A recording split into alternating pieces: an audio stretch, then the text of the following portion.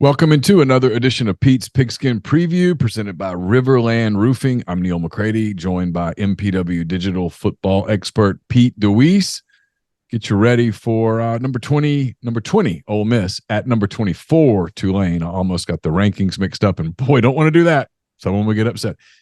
20th ranked Ole Miss at 24th ranked Tulane. The winner of this game will still be in the AP Top 25 come Monday. The loser will not. There you go. I'll tell you that. It's a loser leave town match in New Orleans. 2:30 ESPN2. Both teams 1-0. Ole Miss coming off a 73-7 thrashing of Mercer, and Tulane coming off I think a 20-point win. I don't have it right in front of me. I think it was 37-17 win over South Alabama. An impressive win for the Green Wave at home in New Orleans last week. So both teams 1-0 heading into this one. Pete, how are you? I'm well. Glad to be here. Glad for you to be here too. We're brought to you by our friends at Riverland Roofing. Would you like some peace of mind knowing that your roof is taken care of? I would. Whether you need an inspection, a new roof, or a maintenance program, Riverland Roofing has you covered, home or business. As a GAF Master Elite contractor, they can offer warranties that last a lifetime. Licensed and insured, Riverland services Mississippi and its surrounding states. They're great guys. I talked to them. We got the deal to sponsor this show done really quickly. They're awesome. They were excited to do it. They're happy to be a part of MPW Digital. So look, if you have some roofing needs, give them a call or a text, and keep this in mind. If you don't have roofing needs now and you end up having roofing needs, get in touch with our friends at Riverland. It's 662-644-4297. Again, 662-644-4297. All right, Pete, I don't know how much we can talk about a 73-7 game. I told people that this is the difference between football coaches and non-football coaches. You guys can watch a film from 73-7 and continue to kind of stay locked in. I don't have like ADD or anything, but I'm going to be honest with you. Middle of the third quarter, my attention span was pretty much shot. I was done. I looked up at one point. I said, "Oh my God, are we not in the fourth quarter yet?" And there was still a whole another quarter to play. And I don't remember the fourth quarter. I do remember that Walker Howard came in, and I watched some of that. And then I went down. I was like, "Let's go." I felt like I was like wrangling the kids, like it's time to go home now, everyone. So you probably got more out of the latter part of Ole Miss Mercer than I ever will. And God bless you for it. Well, I literally was wrangling the kids by that point. So at some point, Bluey went from the iPad to the television, and the game went from the television to the iPad. So we had them both going in our house. Yeah, late in the game, there are things that just from a coach. First of all, it's Mercer. We said it last week. Ole Miss was going to win the game. It was never in question, and there's still plenty of things to be answered still by Ole Miss. In particular, I think some things defensively, that there's still some questions out there. But from the standpoint of, and we've heard Lane talk about this, but you've heard other coaches talk about it in the past, is the maturity of your team. What's it look like in those situations? Do you come out in the third quarter? Is there a lull? Is there a drop off? Do you start to lose focus? Does everything on the sideline go from being a little bit more businesslike to being too relaxed? So from that standpoint, Ole Miss was in a position where they certainly could have relaxed, and they didn't. And I honestly, I think that part of that was play calling.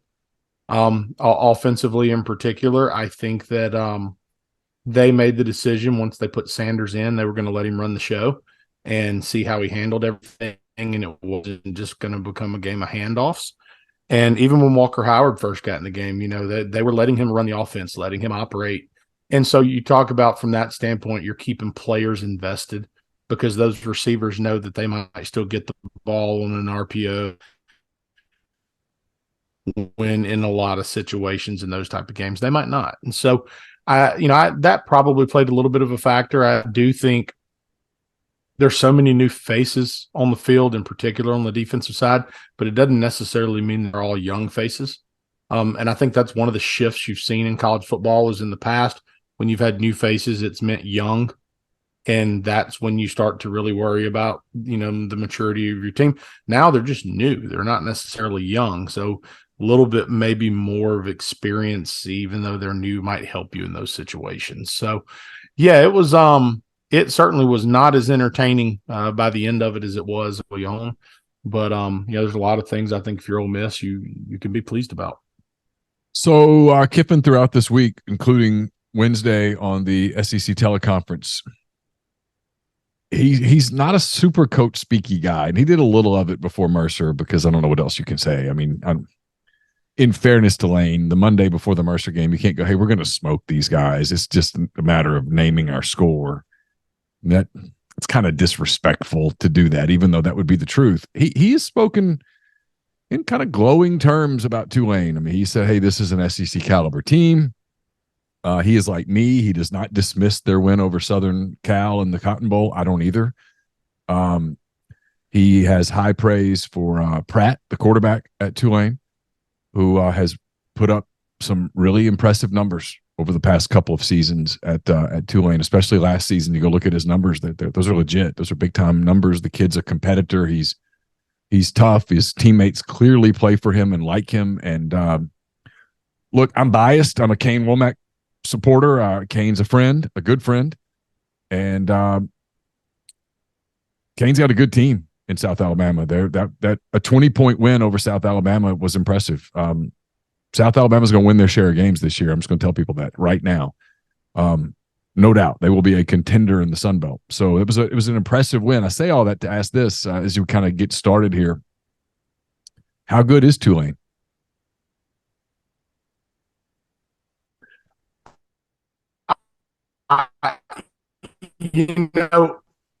I went back, but I did watch on YouTube. I was able to go back and watch a lot of it. I was actually talking about it with somebody today, and it's like a guy that I happen to be close with that spent 20 some odd years on college sidelines and many years as a coordinator, and we were talking about it, and I just said, I said the thing to me about Tulane is it hasn't always been an easy place to win, and this is a guy that understands that. He'd been at Georgia Tech before, and they share some similar hardships from an academic standpoint. But I said, schools like Tulane are ones right now that are being helped by NIL because they may be able to get a kid right now that they couldn't get in the past from the standpoint of they're a fan base that probably has the finances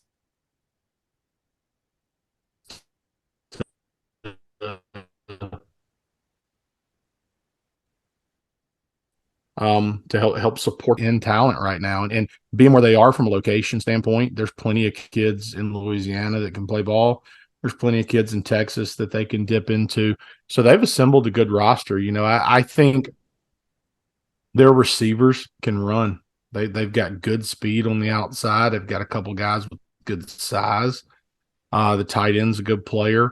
They're solid at the line of scrimmage. I did not get to watch as much of their defense as I did of their offense. The biggest thing, I went back and I watched every snap of the USC game from last year. Kiffin brought it up multiple times this week. It's kind of the one that people want to point to because people talk about USC's performance defensively the past several years, and they haven't necessarily been great. But they're athletic, on both sides of the ball. And obviously they've got a fantastic quarterback at USC. And so for Tulane to not just be in that game, but to have a chance to win it at the end and pull it out, I think it says a lot about what they have. Now, the biggest thing that stood out to me from watching the Tulane USC game from last year is now, I think, on the roster for the Tennessee Titans, right? And I mean, they had a great running back last year.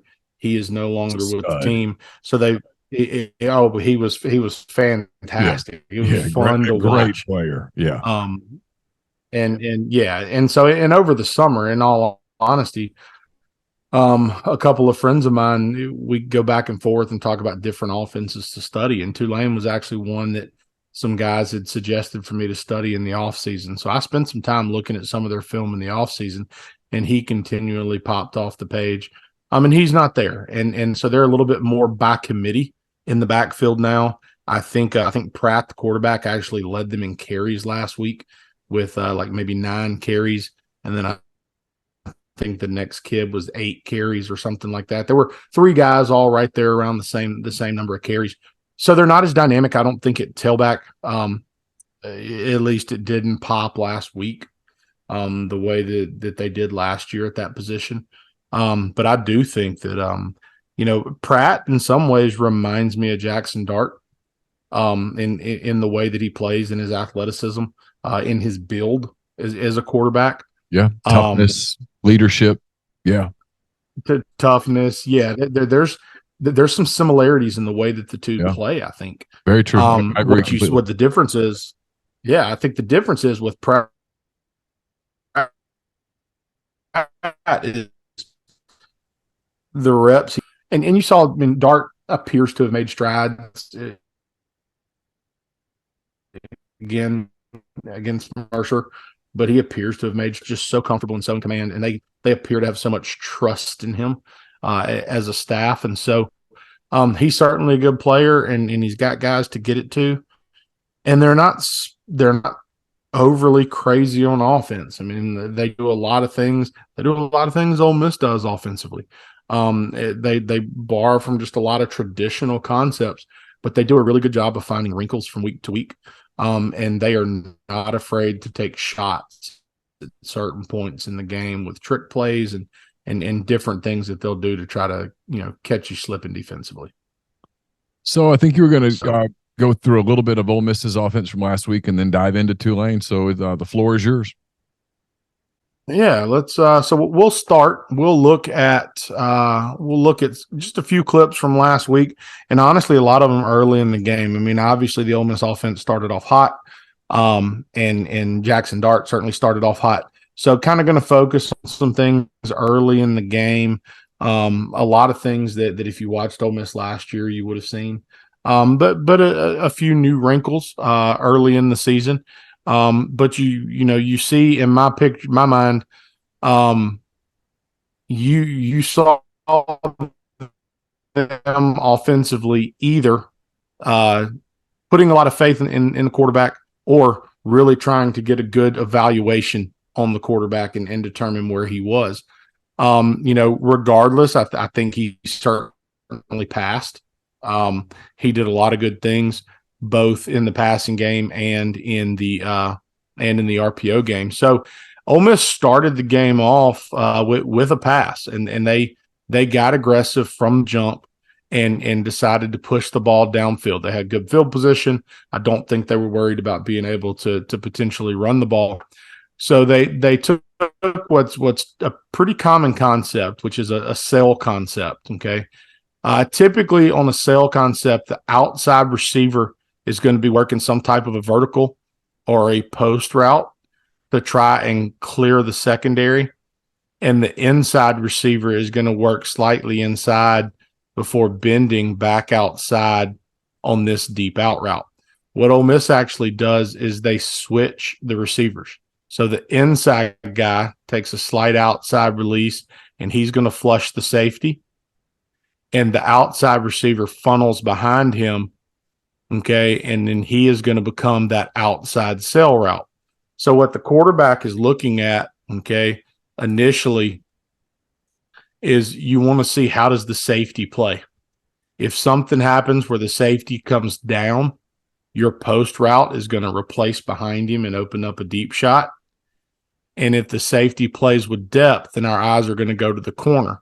If he travels with the post route and carries it, then your out route is going to come wide open.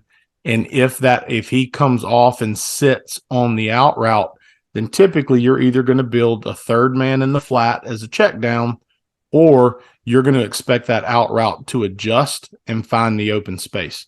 So here they put the two players into the boundary right here, and you can see at the bottom, I mean, this is a clear design. They know where they're attacking. They have predicted the coverage that they're probably going to get. And you can watch here at the bottom of the screen, this isn't some type of a full field progression. They literally are just telling him at the bottom of the field, hey, stand there. We're not going to waste your legs. We're not going to run you downfield. We know we're isolating half the field, and we're gonna put the ball up, and we're gonna let it go happen. So as they work here, looks like my video is being a little bit slower than I want it to be, but as they release down the field, you'll see the inside receiver attacks outside, pulls the corner with him, so that as the outside receiver that had stacked right underneath, as soon as he kind of tucks behind, he sees the corner turn and run. He bends right back to the outside, darts able to throw in rhythm, and Ole Miss starts the game with an explosive play. So right out the bat, they've shown good pass protection. They get a great job in pass pro by the young tight end. The tailback comes across, helps in pass protection. He's leaking out late to the flat. He becomes the check down to that side if they need it. And Ole Miss starts off with the 30-plus yard play right there to start the game. So coming out again, games like this, teams are going to start dialing in on tendencies very early in the season. So you want to do some things in games like this early if you can to try and beat some tendency. So starting right there, first play of a drive of a possession, first down, starting with the downfield pass, right? You're telling teams, do not load the box against us on first down just because we got a special kid in the backfield. We're going to take shots. And if you want to stress your secondary, we're going to take advantage of it. So big play, Ole Miss comes back the very next play, something very common for them. They get into their tempo and they get into some type of run scheme. One of the biggest run schemes that you saw from Ole Miss last year was they use a lot of what is known as GT counter. So they're going to block down with the left side of the offensive line. They're going to pull the right guard to kick. They're going to pull the right tackle to wrap around. Now, Ole Miss has a couple of different backfield actions that they'll use on this play, and this is one of their big ones. They will put the tailback on a toss sweep path, and the quarterback is actually going to read the end. If that end chases the toss, he's going to keep it, and he's going to follow his pulling lineman. If that end tucks and squeezes and follows the pulling lineman, they'll toss the ball out. They're going to build their wall on the edge by using their two receivers who are both in condensed splits to go crack and give them an edge on the perimeter. So here again, second play of the game, Ole Miss gets the defensive end. He squeezes right away. They toss it out right now. They don't do a great job on the perimeter. They actually lose the linebacker that they go to crack. They probably like to do a little bit better job on him, but they get enough of him, and Judkins is able to stick his foot in the ground, make the first guy miss, and it still turns into about a 7-yard gain on this very first run play. So again, use the misdirection, use the eye candy. They do a good job getting to the safety, create a nice little gain. Doing that after a big play, doing that out of tempo, often is going to get the defense in a somewhat base call, okay, and give you a favorable look. So now Ole Miss is going to come out, and it is a 2nd and 3. They're across midfield. There's a lot of coaches that will talk about this area of the field. So one thing that you'll hear people refer to it sometimes is the alumni zone. This is the area of the field where you're going to oftentimes try to put up big plays. You're going to go try to create the 40-yard touchdown throw. You're going to try to generate explosives. The other thing is typically second and short yardage situations are often considered waste downs. If you feel good about your ability to convert on third down, 2nd and 8, 2nd and 9, you need a good play call because you don't want to be in 3rd and 8, 3rd and 9. 2nd and 3, you're willing to be a little bit more risky, maybe take a little bit more of a chance, especially in this part of the field, because you feel better about your ability to convert 3rd and 3 as opposed to 3rd and 9. So here, Ole Miss is just going to, they're going to go back to their RPO game. So they're going to motion one of their slot receivers across. And so my question here that I would have for the coaches is, were they expecting this type of coverage into the boundary where they were going to get the true one-on-one to the bottom side of the field, or were they expecting a too high safety look? And if I had to guess, and it's kind of the reason that I would imagine they use the motion here, is the motion helps you regardless of what coverage structure you get. When you bring this receiver in motion, If they're a too high team, it is likely that one of these defenders, most likely the safety, is going to have to come down and be affected by the jet sweep. That opens up window to throw the ball behind him as he rotates in coverage. If he doesn't rotate in coverage, that also makes it a very easy read for the quarterback to know to hand the football off.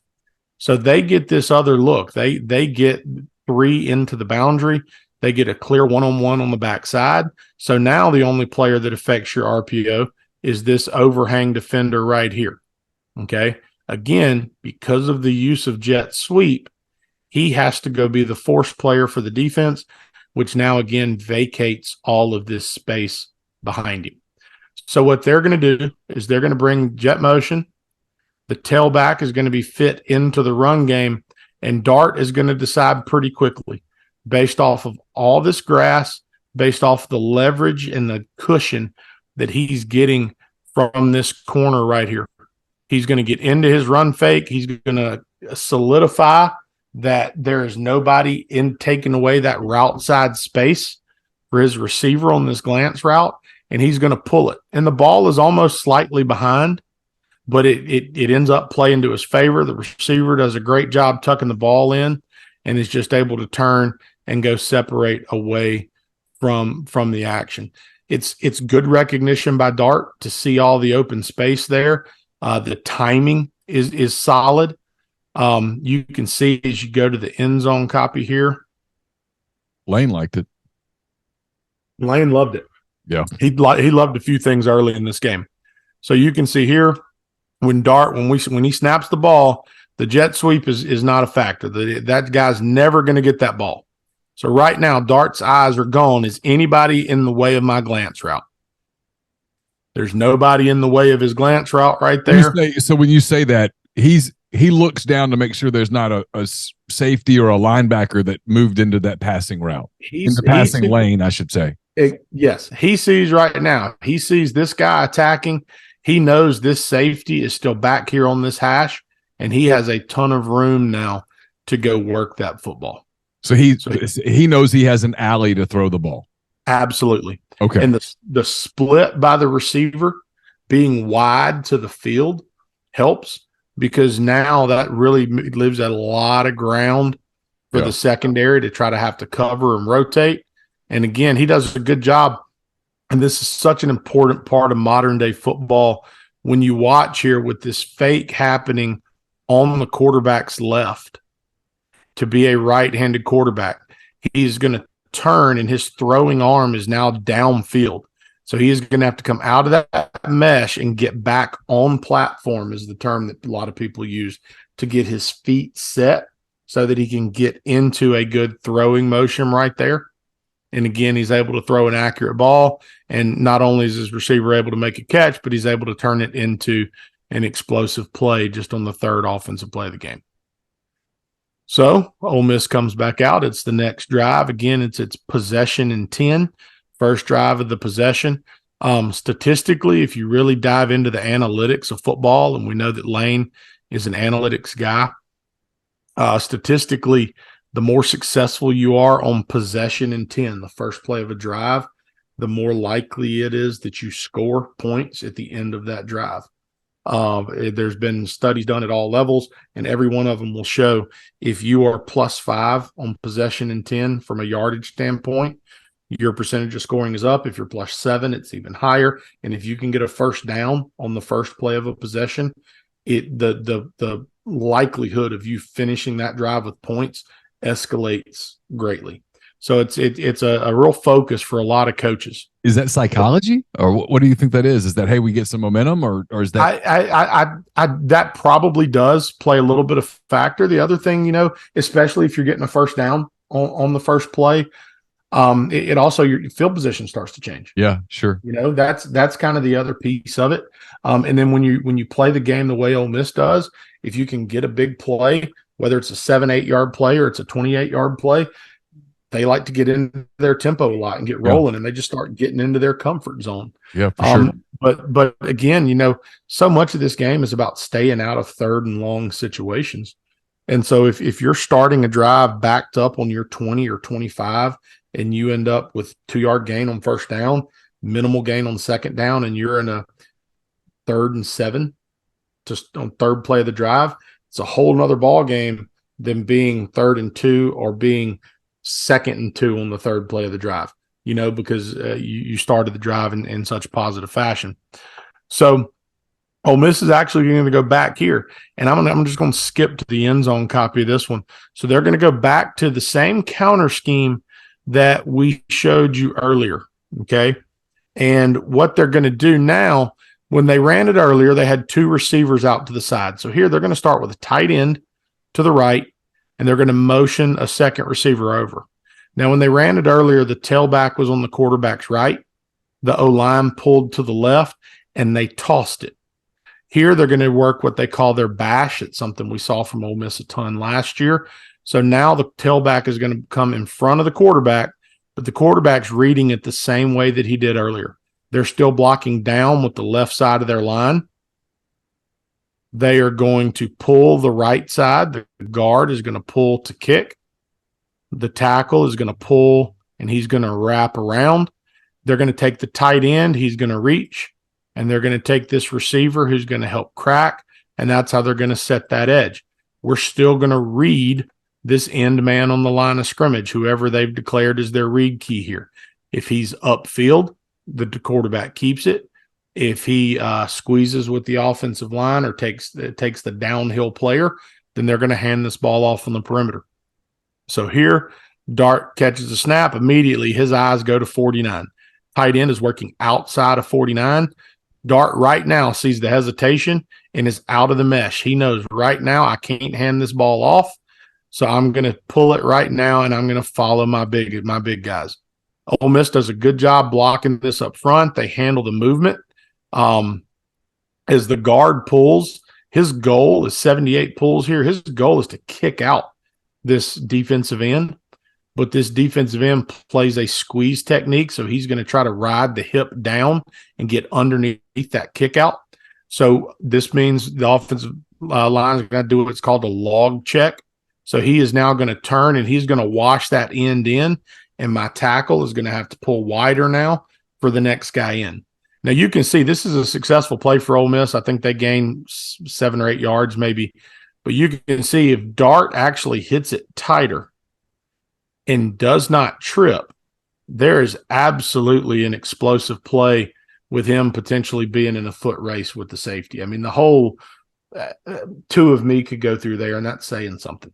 So Ole Miss has executed everything they want right here. He probably hits it a little bit wide, and then right as he gets into it, he trips right there. And I watched it probably 5 times today did he trip on his own lineman or trip on his own feet? I think did he the hit sniper Pettis' get him from the press box? I think he hit Pettis' foot, just barely. That's what I thought too. I just kept watching. But even if he doesn't hit it tighter, even if he just doesn't trip there, you see it's another big play to start the drive. It's their quarterback run game, in particular, their quarterback read game is an important part of what they do. And so they were able to get that clicking, and he made good decisions in that part of the game. Now, this is one, nothing major happens here, but I actually wanted to show it because it's something that I don't remember Ole Miss doing a ton of last year. It's something that Lane actually started doing more of when he was at FAU, in particular for the year that he had Kendall Browse working with him. And it's something that's out of that Browse family tree of offense where they run a ton of choice routes. And so much like Tennessee does right now. Okay, so they're doing it 2 different ways here. To the field, it looks like they have slot choice. Okay, meaning that this inside receiver is working vertical and he is reading the safety.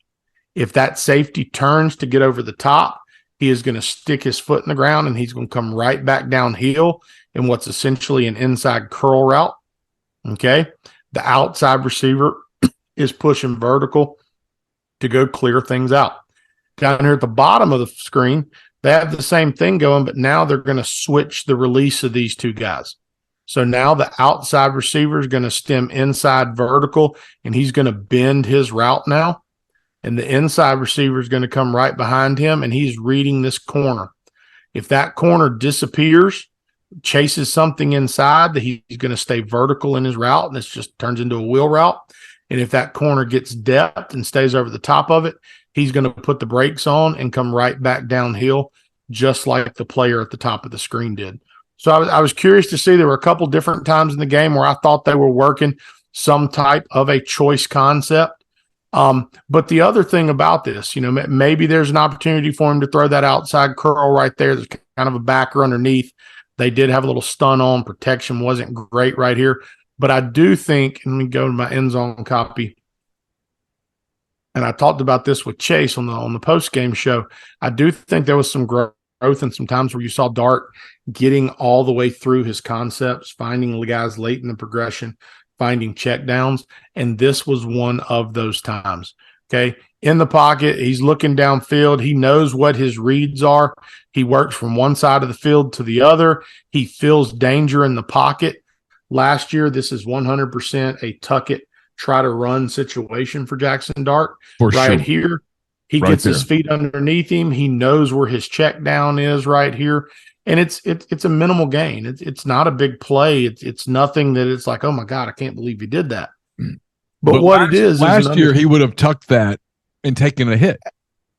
Absolutely. Here he understands, hey, I know the system. I know where my guys are going to be. I'm gonna dump this thing off right here, and hopefully he can get something. But the big thing is, I'm not eating a sack. You know what's interesting, Pete? Behind what's interesting is I had a conversation with Jackson in early August about last season, and he said, there were some times, and it was just me and him. It wasn't one of those big group setting things.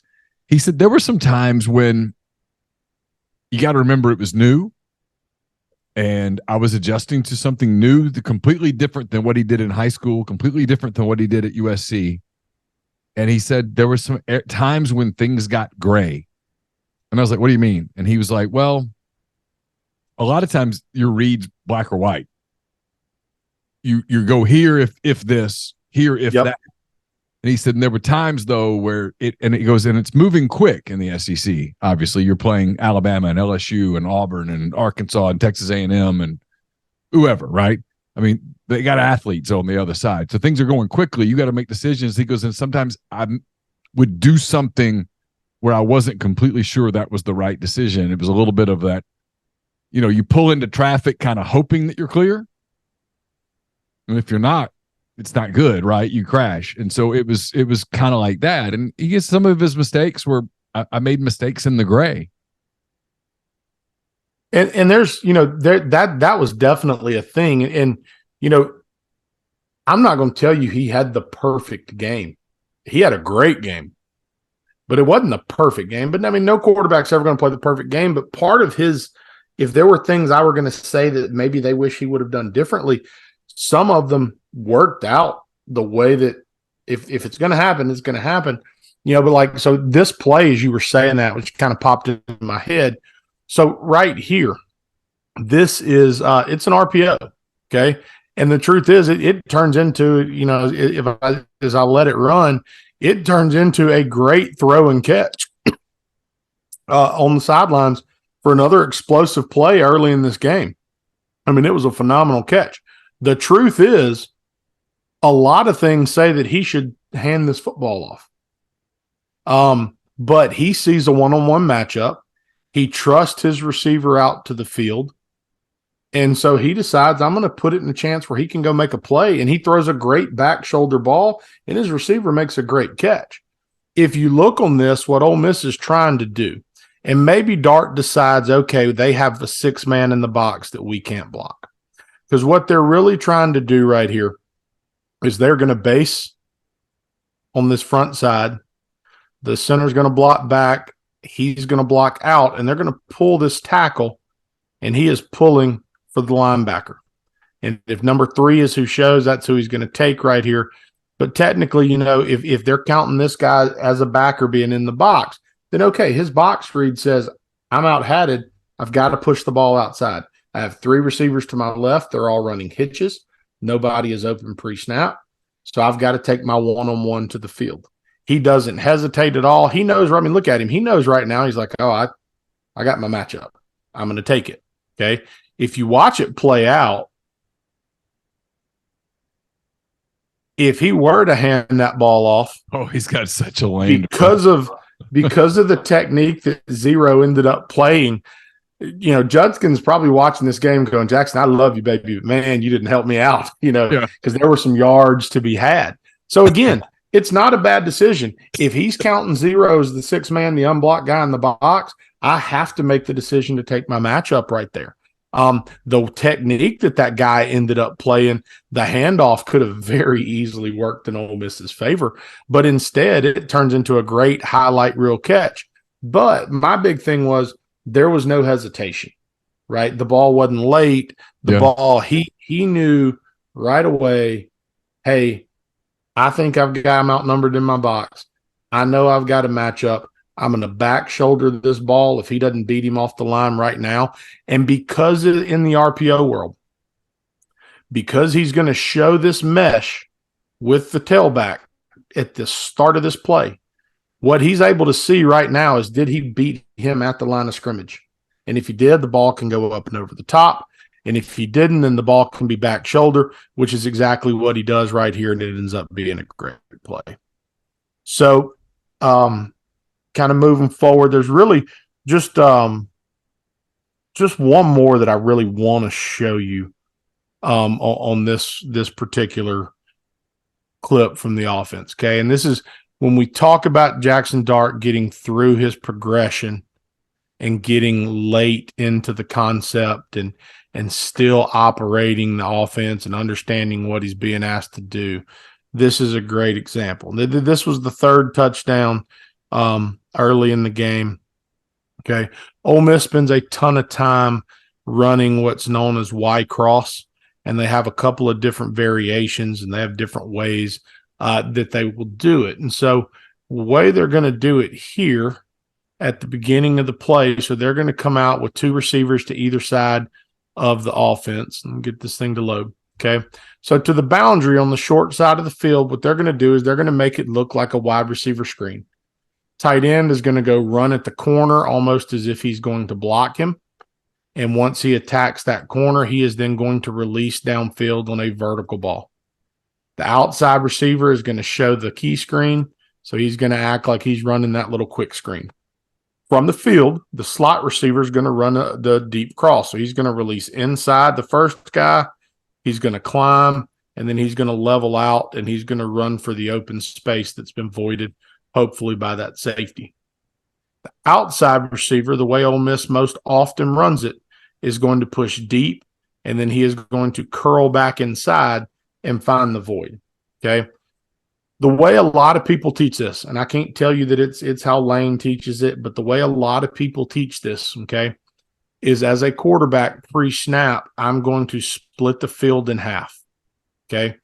If there are three defenders over two receivers to my initial read side, my quick game side, if you will, then I know that unless the picture changes, unless there's a blitz, something happens, that I'm not able to work that side of the field. I'm going to make sure at the top of my drop, I'm going to solidify it remains 3/2. If all of a sudden this guy were to blitz, now somebody over here's got a one-on-one matchup. Maybe I like it. Maybe I win, right? If that backer doesn't blitz, I'm outnumbered over there.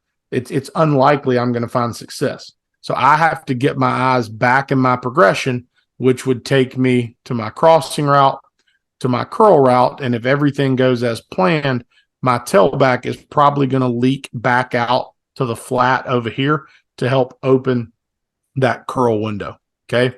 So you can see right here pre-snap, Jackson's looking to his right. He sees there's three defenders over two. They're showing a zone look. He knows right now the likelihood of him working the right side of his field here is it's probably not going to happen. Okay. He's going to solidify that as he gets into his drop right here. He gets a quick mesh. He's going to turn and pump it. They've attacked. Okay. But because they're 3/2, he doesn't think he's going to be able to win that matchup into the boundary. So he's going to get eyes backside right now, and he's going to start looking for his crossing route. He sees the safety over his crossing route, staying over the top of it.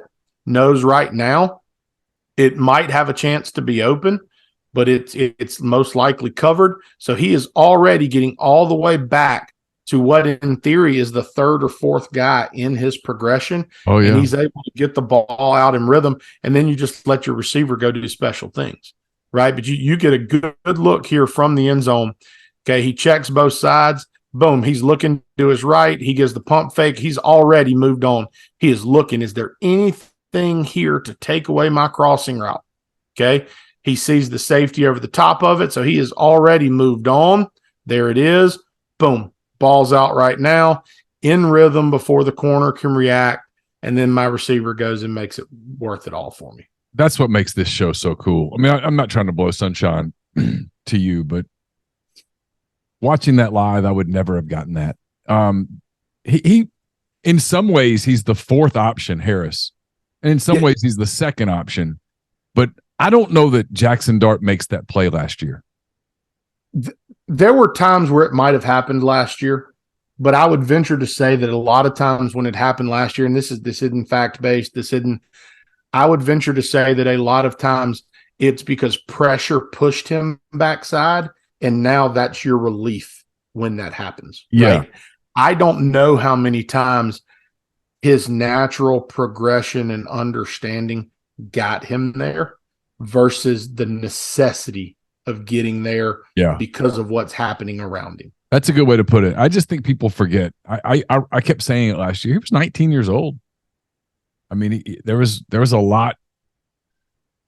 And listen, a lot of stuff happening fast, right? A lot of stuff happening fast. And here's the thing. He's probably been running some variation of that play since he was 15 years old. That doesn't mean it's coached the same way. Some teams run a post on the backside. Some teams run a dig on the backside. Ole Miss runs the curl on the backside. Sometimes they tag the post. Hell, they may read it. Some teams do that, right? So there's so many different variables. And again, some guys teach it different. Some guys are going to progress it a little bit differently. Even if he's run a similar version of that scheme for 5 years, that doesn't mean he's running it the way Ole Miss is running it.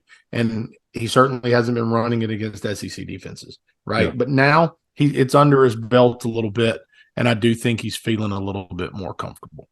So, all right, so let's push on. Let's watch a little bit of Tulane. Again, this is from last year. What a helmet game this was. What a helmet game. Helmet game. A great helmet Tulane, game. Southern Cal, God Almighty.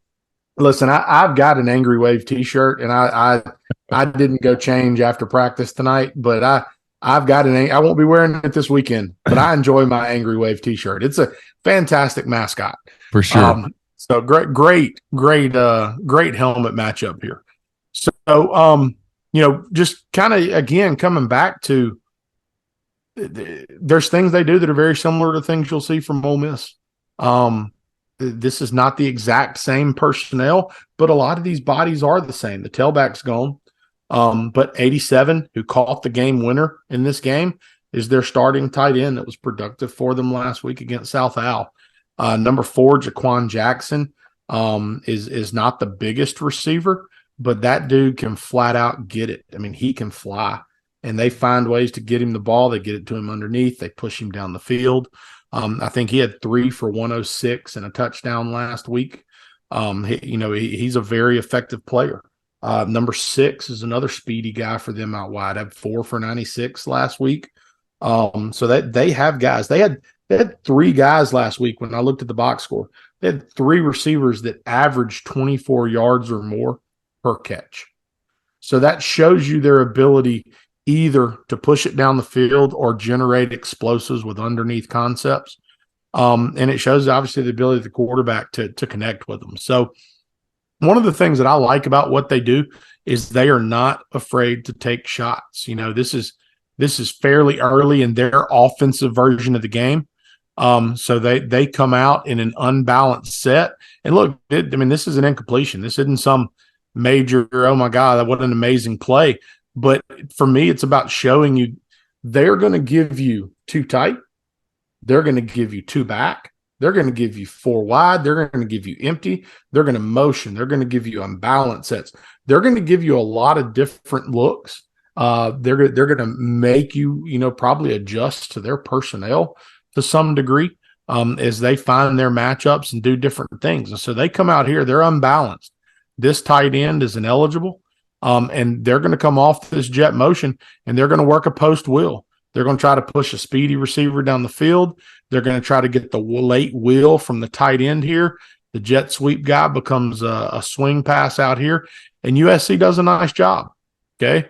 Pratt realizes pretty quickly he comes off of his fake, sets up. He realizes it's not there, starts to push out of the pocket. He is not afraid to go use his feet in any way, shape, or form. He likes getting active in the run game.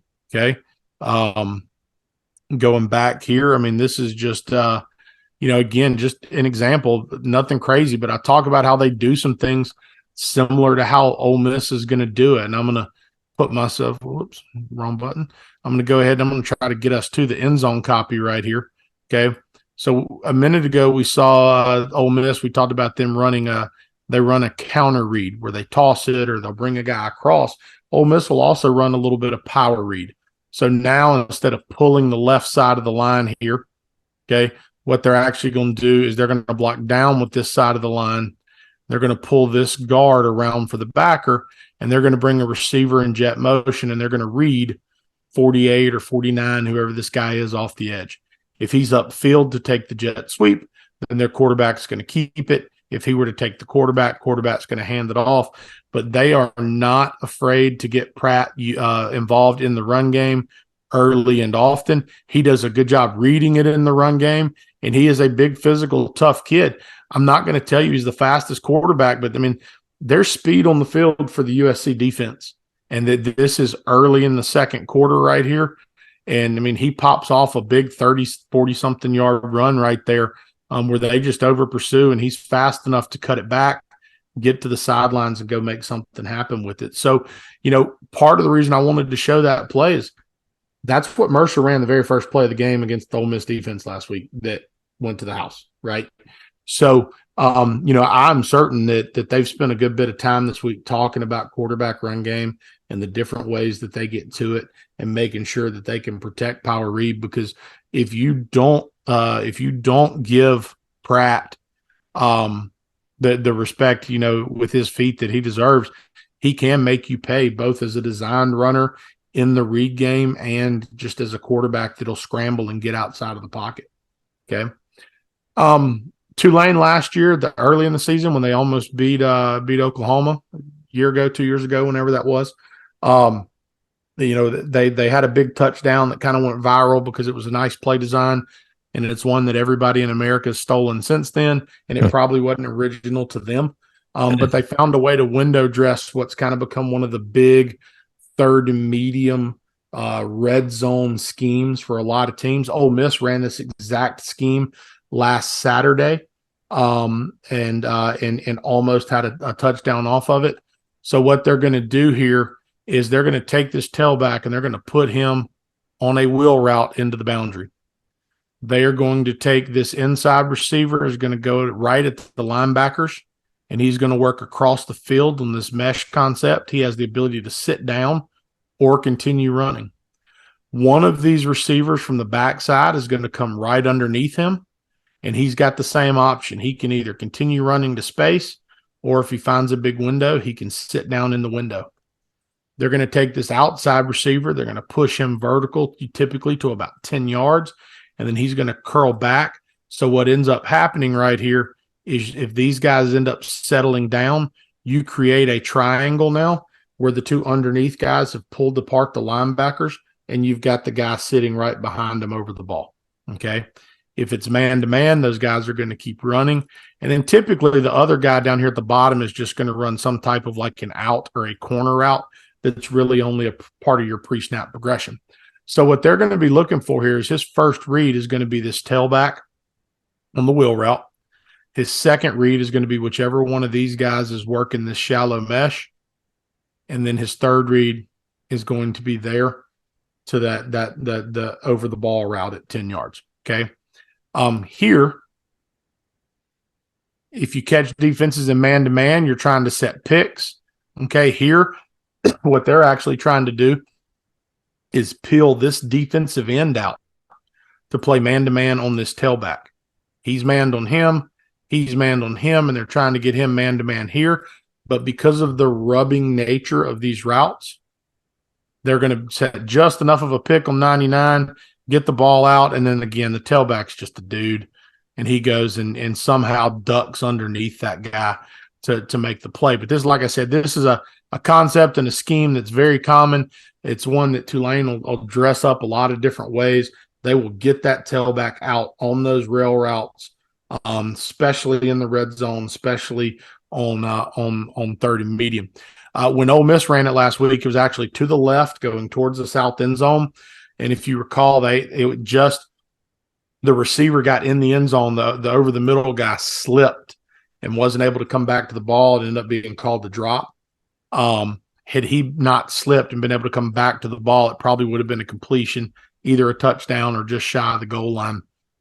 But again, just a lot of similarities really in some of the things that these offenses will do. Right here, and this is some of the stuff that I think he does the best. He operates underneath and inside routes very well. He processes things quickly, and he's an accurate quarterback. So right here, they're going to put two quick game concepts together, okay? They're going to put together a stick concept. So this guy's going to outside release and push vertical. He's going to run a little 5-yard stick route, and they're going to push this tailback to the field, okay? If he feels like this linebacker is expanding either to the motion or to the stick route, he's going to come backside where they've now got a double slant, okay? Because as long as my slot receiver can cross the face of this linebacker, there's nobody in the middle of the field. If that Mike linebacker doesn't leave, if he stays in the box, then it's going to be hard to work my backside slant. But now I've created a numbers game where I should have an easy throw on the front side of the formation. So here, Pratt sees it pretty quickly. Back pushes out. The Mike linebacker starts to expand immediately. He right now comes back, finds his slant route. Great anticipation. They work a little zone drop right here where 0, the end, drops out. So technically, they should have enough numbers to potentially defend the concept on the backside, but it's hard. The receiver does a good job right now.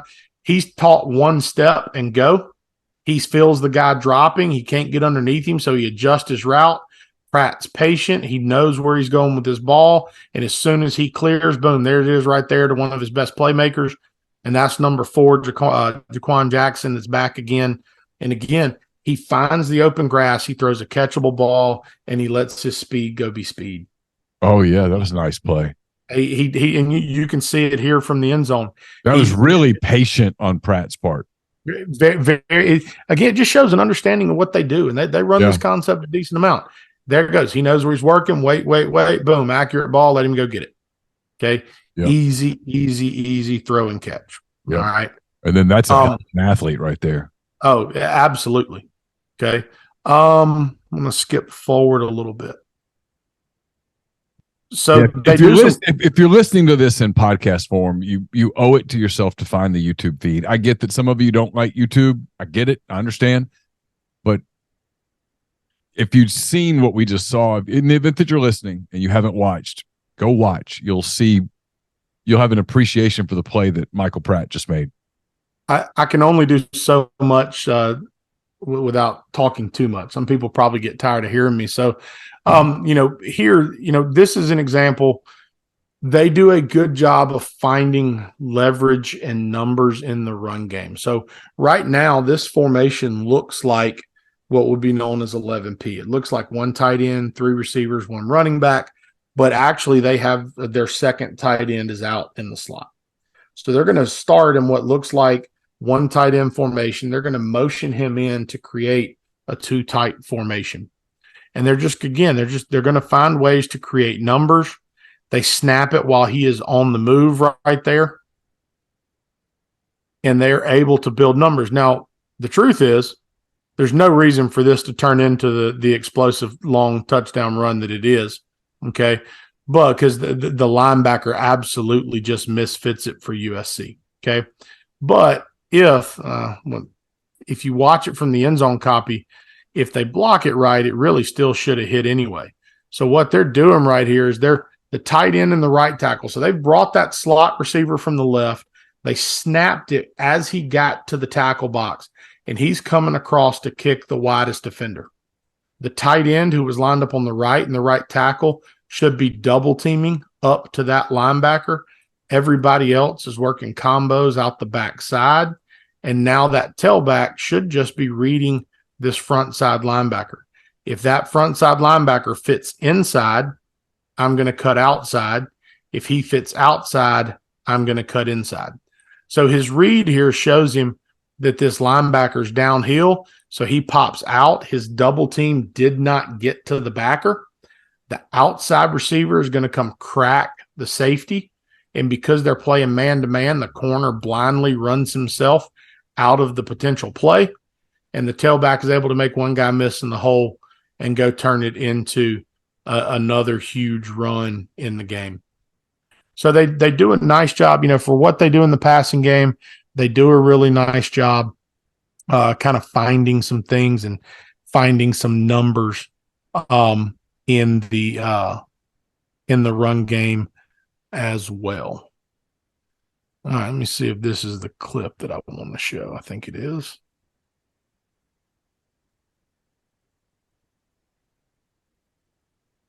It's the next one I'm looking for. All right, so just another example of Pratt doing a nice job finding the same type of underneath routes. Okay, does a nice job right here. Again, it's another slant route to one of his receivers. They're running something very similar to what they ran before from a read standpoint. Anyway, they're actually going to run a little snag route and a wheel on the outside. They're in an empty formation. The number 3 receiver is going to run a little return route, and then he's going to continue to work that slant from the boundary. The idea behind this play is very much the same as the one we looked at earlier. What does the Mike linebacker do? If he expands, then I'm going to work my numbers on the backside. If the Mike doesn't expand, I'm going to work my front side. Well, the Mike is plussed out pre-snap. He's already cheated that way. Pratt in his drop is going to solidify that that's where the ball's going. Oh, and wow. now they're going to come back, and it's really more of a glance route. It's deeper than a normal slant route. Why is USC not playing dime here instead of nickel? Listen, you're up 15 with 4.5 to go in the Cotton Bowl. They're no comment. That's so sometimes that's all I can say about the way that they choose to play defense. I mean, you're running nickel here. You should run dime. Even if not that, just find a way to protect the middle of the field, because that's one place that they've hurt them several times throughout the course of this game. But again, you right here, you're saying, hey, what we can't do is give up explosive plays. If they want to nickel and dime us up the field and eat 4 minutes, fine. Absolutely. I'm sorry. No, that's absolutely what you're looking at. So here he goes. He solidifies. Where's 18? Yep, he stays strong. He comes back, and assuming it is a dot. Could not have thrown a better ball. Hell of a throw. Right in front of him. The anticipation there, leads his receiver. And again, there he goes. Jaquan Jackson, again, kid that should be on the field this weekend.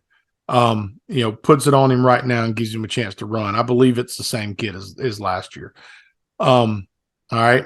So now I'm going to skip forward here, and I'm going to go to this is all from the last drive of this Cotton Bowl game. I mean, you go back here, you can see the clock. I think it said there's 33 seconds left on the clock. What a moment for this program.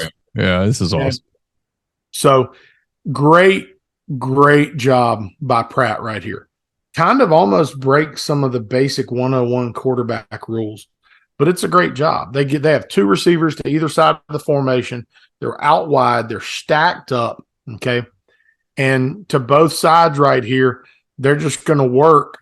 They're just going to try to push the ball down the field. So on one side, at the bottom of the screen to the left of the quarterback, the guy that's on the line of scrimmage is going to push vertical, and the guy to the bottom is going to act like he's running a little screen, similar to what Ole Miss did on the clip we looked at earlier with Dart, where he got all the way backside.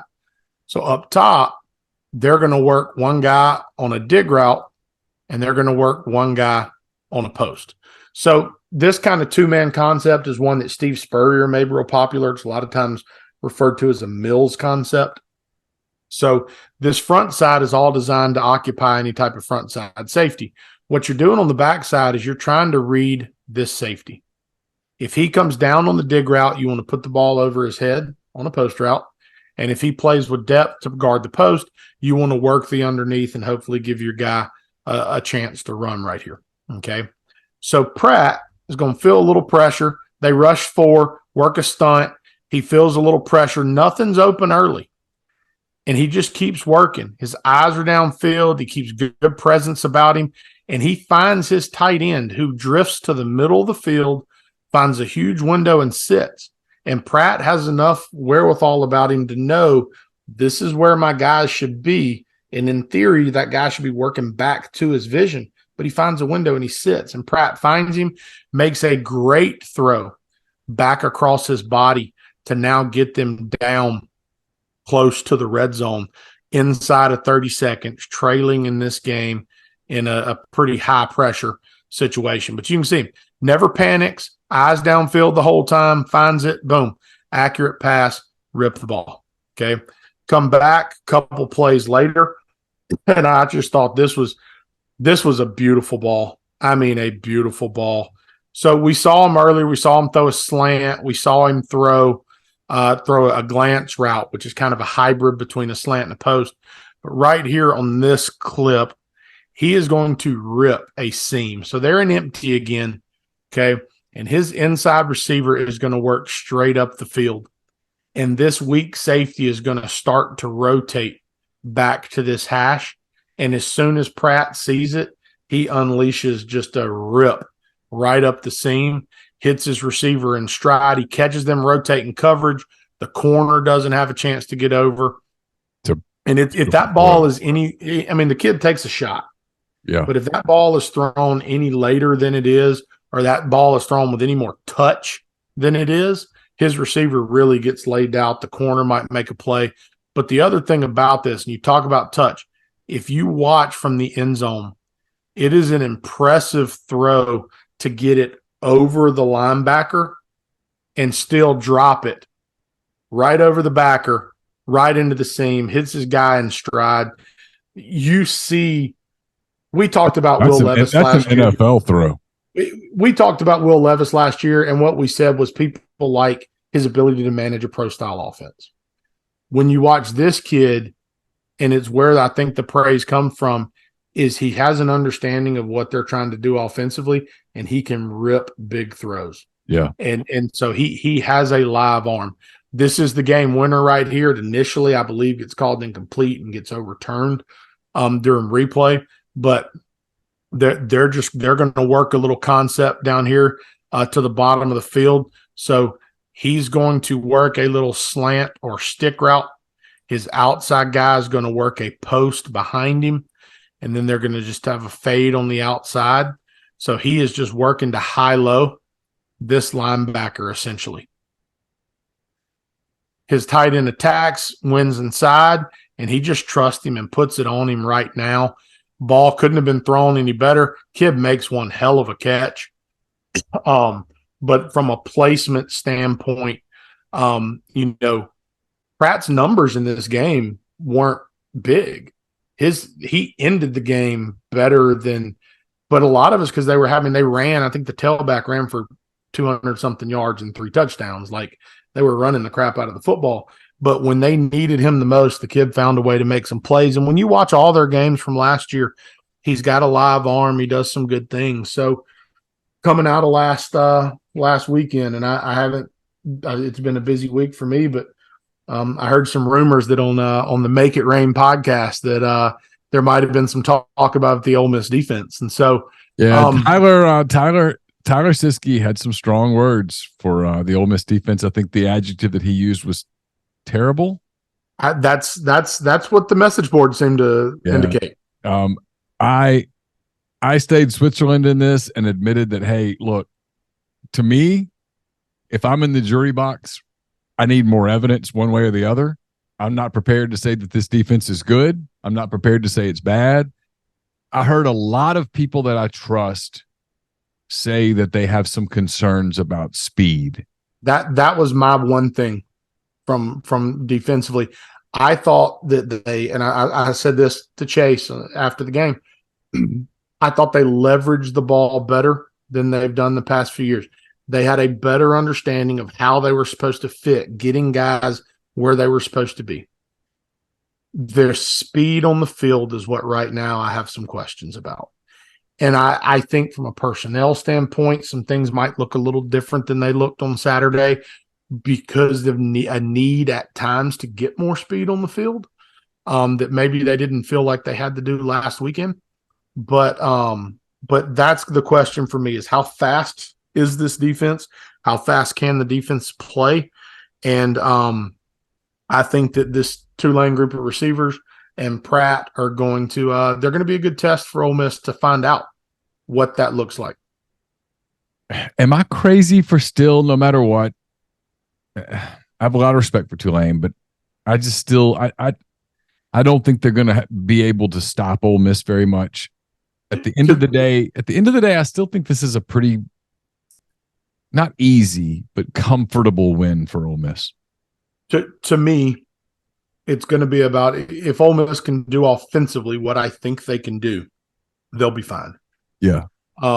It's if they get into a situation where it's a turnover game, then now you have to worry. But if Ole Miss can put points on the board the way they're capable of putting points on the board, I'm with you. Ole Miss should be the deeper, better team, but the defense is going to have to prove itself, and Ole Miss is going to have to continue. That's the one thing. As good as Ole Miss looked offensively last week, they also weren't strained. Yeah. Right? For sure. Tulane has the ability to strain them, to press and do some different things on the outside, to pressure. Maybe it looks a little bit different, but it is a good early season matchup. And I do agree with Kiffin. I mean, I'm not going to tell you they're Georgia by any means. But when he said you talk about playing a 9-game schedule in the SEC, this is the type of game that you would get in that 9th game, whether you're playing Missouri or South Carolina or Vandy or Kentucky or whoever, right? Teams that have talent. Tulane is a comparable roster in a lot of ways. Yeah, for sure. I mean, look, Mercer would go 0-12 against Ole Miss's schedule. They wouldn't beat Georgia Tech. They wouldn't beat Tulane. They wouldn't beat ULM. But they would be paid well. They would get paid well, yes. But, I mean, in all seriousness, no ULM joke here. They would lose to ULM. It would not be a particularly close game. So we didn't learn a lot. But they played the game. And, look, I always come back to this. And I think sometimes people get irritated with me because it's not dramatic enough. They're going to play Alabama on September the 23rd. They're going to start that game 0-0, and they're going to keep score. And we'll find out a lot. I mean, I think if I'm Pete Golding, the truth is Saturday, I want to get strained. Yeah. Want to be tested. I want to see on film what do I have? Yeah. What do I need to fix? What do I have to work? Absolutely. There was a fan thing, like when Pratt kind of came up lame a little bit, like, oh, maybe he'll be hurt. You don't want Michael Pratt to be hurt. No. You want Michael Pratt to play. As much as you don't want Michael Pratt to play, you want him to play. If your goal is to contend to get to Atlanta in early December, you need to get tested because the tests are coming. You don't want to show up against Alabama and get tested for the first time. No. Because you want to be healthy when you get there. Don't get me wrong. Yeah. But you don't want to show up untested and face them the way that they ran the football last week and the way that it appears they're trying to play football right now. Yeah, you need to be. You have an exam on September the 23rd. The professor has told you, hey, this exam's coming. You don't want to wait until September the 22nd to study. And that's not smart. You want to get ready. So this is an opportunity for that. And I think Georgia Tech next week, in some ways, will be an opportunity for that as well. I think they're going to be a little bit better, perhaps, than they were a year ago. So we'll talk about that game next week on Pete's Pigskin Preview. We'll review Ole Miss and Tulane. We'll get you ready for Georgia Tech, Ole Miss, a night game, September the 16th, as that big game in Tuscaloosa begins to loom closer and closer. Again, our thanks to the people at Riverland Roofing for making this show possible. We certainly appreciate them. If you have roofing needs, make sure you reach out to the people at Riverland. They're great. They'll take great care of you. And Pete, thanks. Appreciate it. Well, thank you. For Pete DeWeese, I'm Neil McCready. That does it for this edition of Pete's Pigskin Preview, presented by Riverland Roofing. Until next time, have a great weekend. If you're driving, be careful. Take care.